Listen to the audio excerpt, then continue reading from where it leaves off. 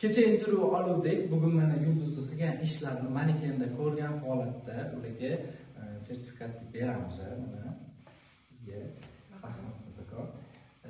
Qanaqa bo'ldi? Mana ko'rgan bo'lsanglar, mana bu libosni birinchi bo'lib tikdilar, keyin mana bu ko'ylakni qildik birga. Endi mana shularni o'zingiz podrobniy aytib bering. Qanaqa bo'ldi? Qanaqa tikdingiz?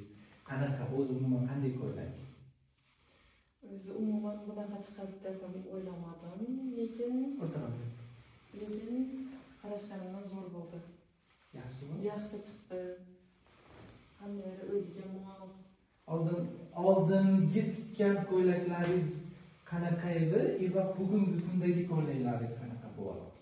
Oldingi tikdim, как обычный korset tikkanman, lekin bunaqa o'zgarish bor. O'zgarish bor. Уже boshqacha buni oshaqalikka keyin bunaqa ulanishni hali qilib ko'rgan yo'q edim. Endi qilib ko'rdim. Qaranglar.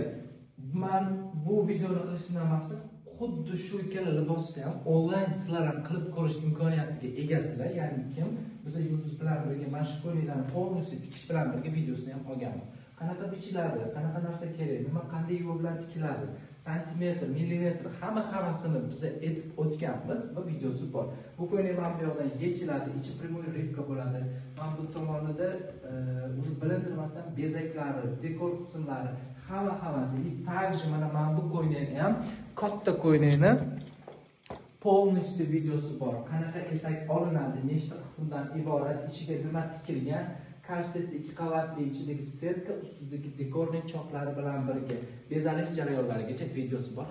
Hammani Yulduz qilgan ko'ylaklarni qilib ko'rish imkoniyati bor va onlayn kursimizga taklif qilib qolamiz. Sizga omad, kelgusi Turkmanistondagi ishlaringizga rivojlanib qolaman. Rahmat sizga ham kattakon. Sizga ham rahmat, nima rozi bo'ling bergan biliminiz uchun.